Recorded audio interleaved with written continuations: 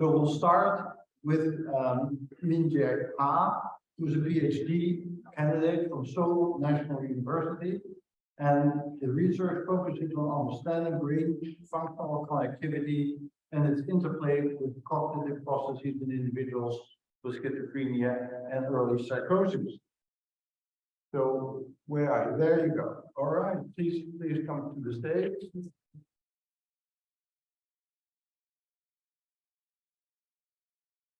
All right, yeah, thank you.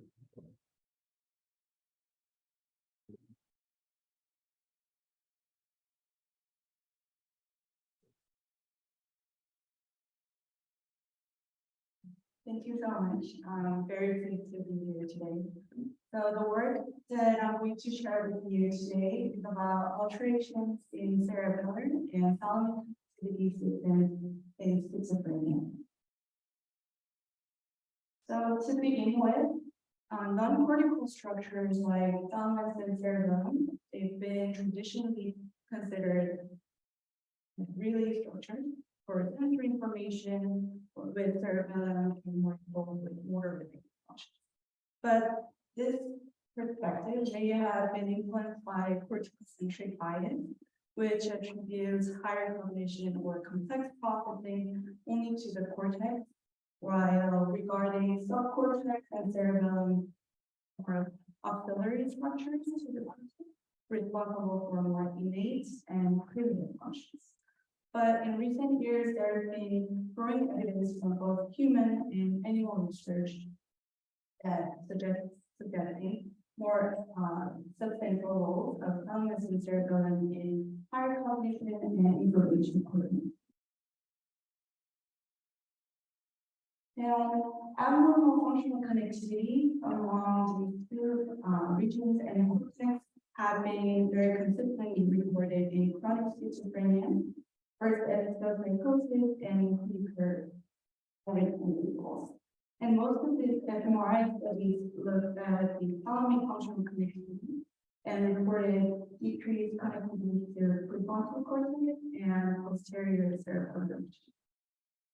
And some of these studies took the entire thalamus connectivity, and this approach took crude and may overlook the heterogeneous structure of the thalamus.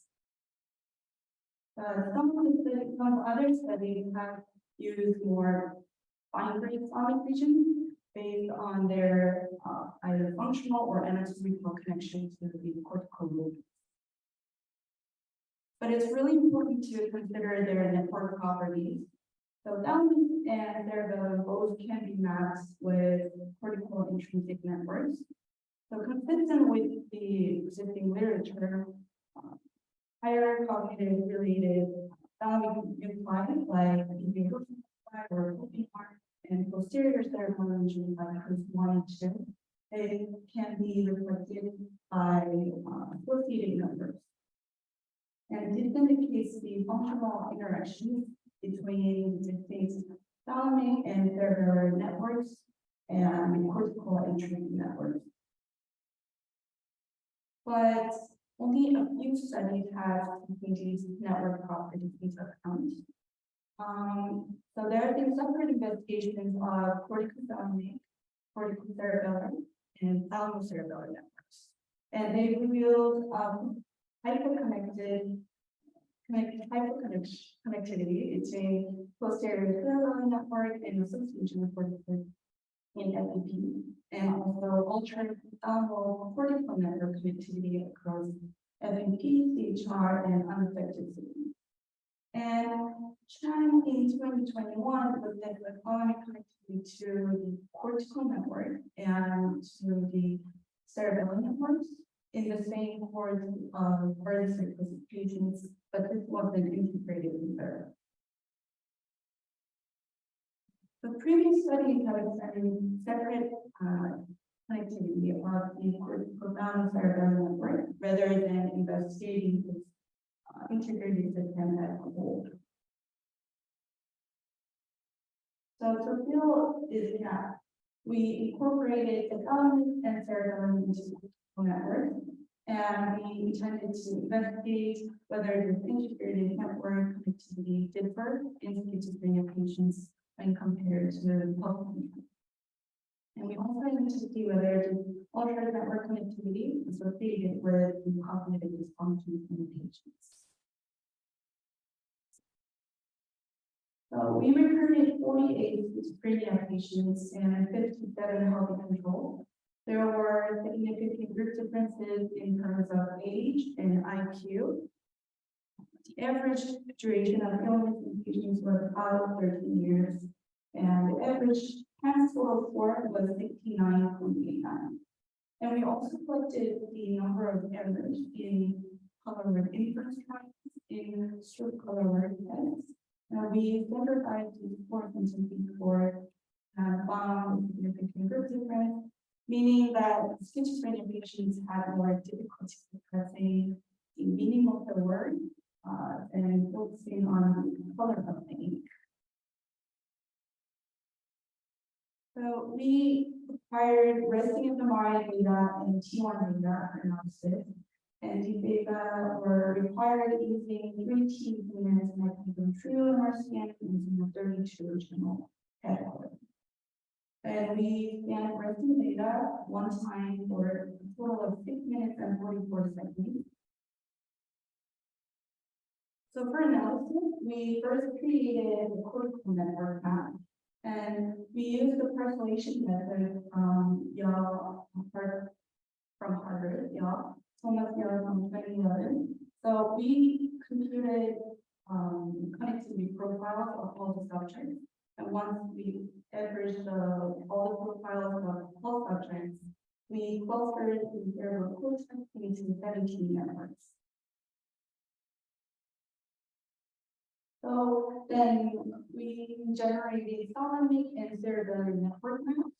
So what we did,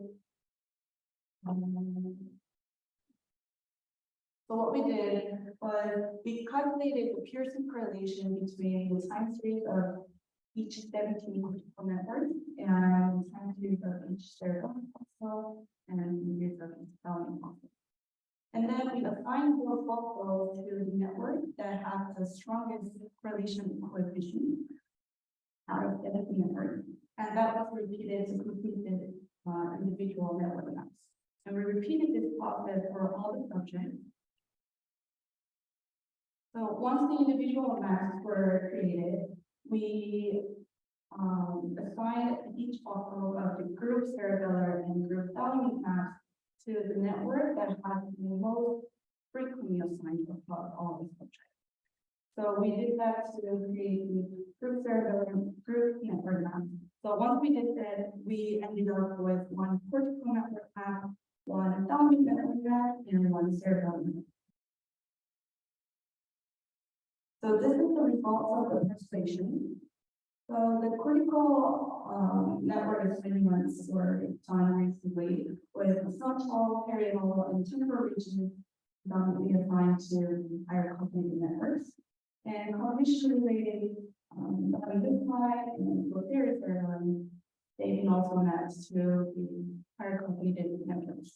So for example, in default mode 2, which is the color yellow here, it was assigned to posterior and URPC and small cultures of anterior thalamic higher and posterior one. And also for feeling number 2, which is right pink, was assigned to PAC and small cultures in the prefrontal cortex and ventral anterior implied and ventral implied in the cortex. And also posterior in the posterior cerebellum increased one.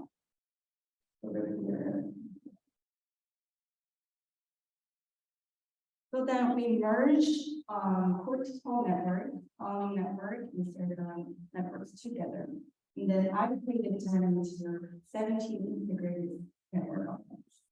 Now we specifically drew 4 higher cognitive networks, which were total attention, deformer network, salient network, and central perception networks. And we ended up with 11 network problems, and we created 11 by 11 functional continuum matrices.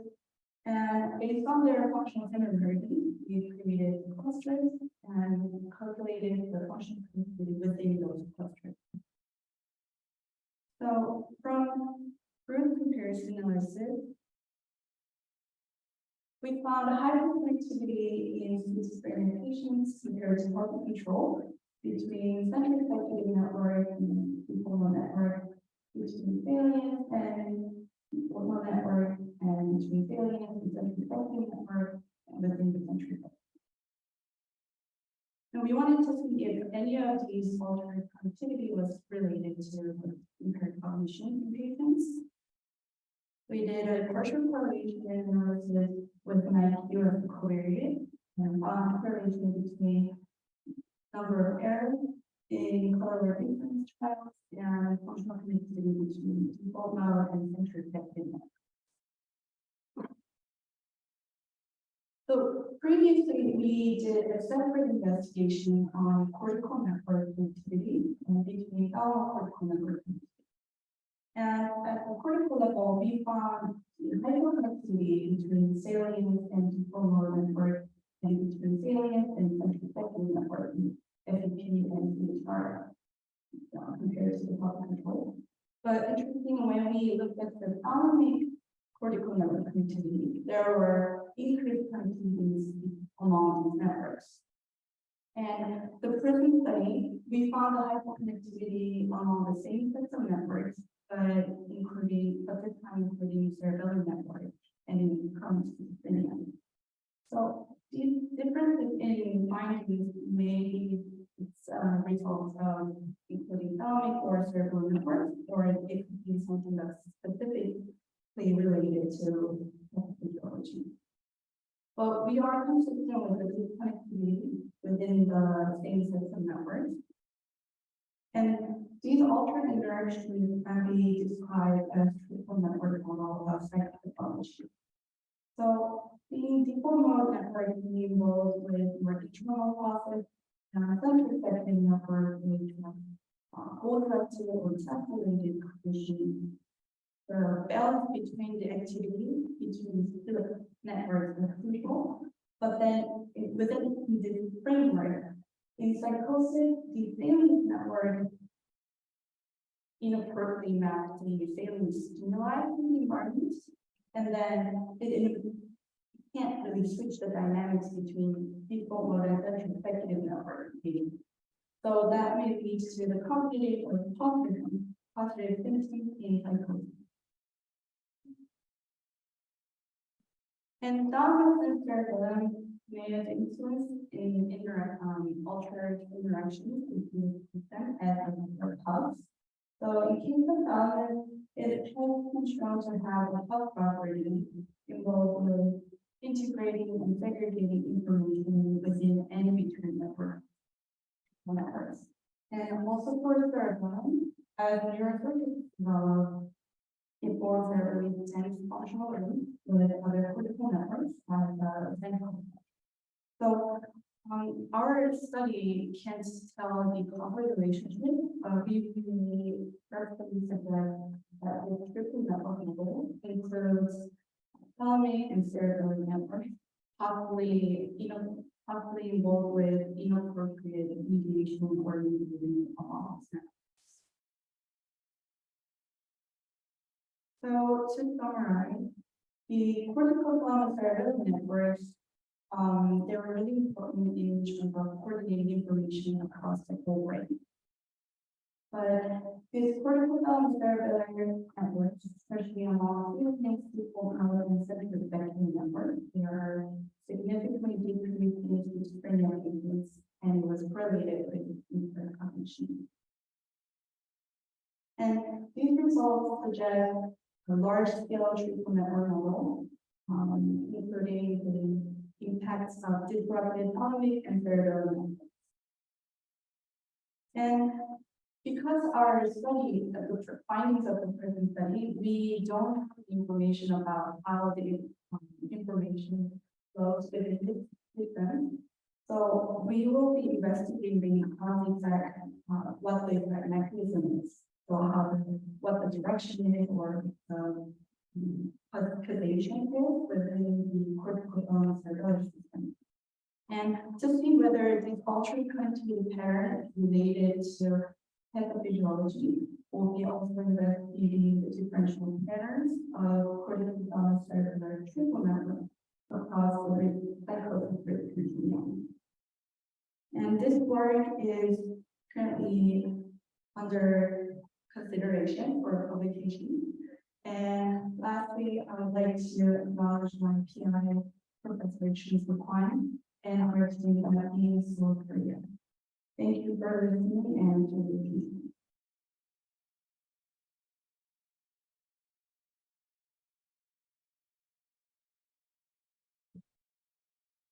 Thank you very much. It was a great talk and beautifully conducted study. Are there any questions? So if the microphone is in the room, if you want to ask a question. Let me ask one question which I've been struggling with in the field of neuroimaging, and I'm sure a lot of you have done that too. You'll find actually on baseline an IQ difference of about 10 points, which is what we find all the time if you select, control for the population. And you also find really significant correlation you're finding with IQ, explaining about 30% of the variance, right? The correlation. The correlation, yeah. So that, explains a lot of the variance. So the question is, would you need to match on IQ? It's a question that relates to the whole field of schizophrenia imaging. What do you think? I appreciate your comments. And like you said, the system in terms of IQ score between health consultants and patients, we didn't control for the IQ scores because we thought it was important to keep it. This is the clinical characteristic for the patients. So that's why we didn't really correct for them in terms of age.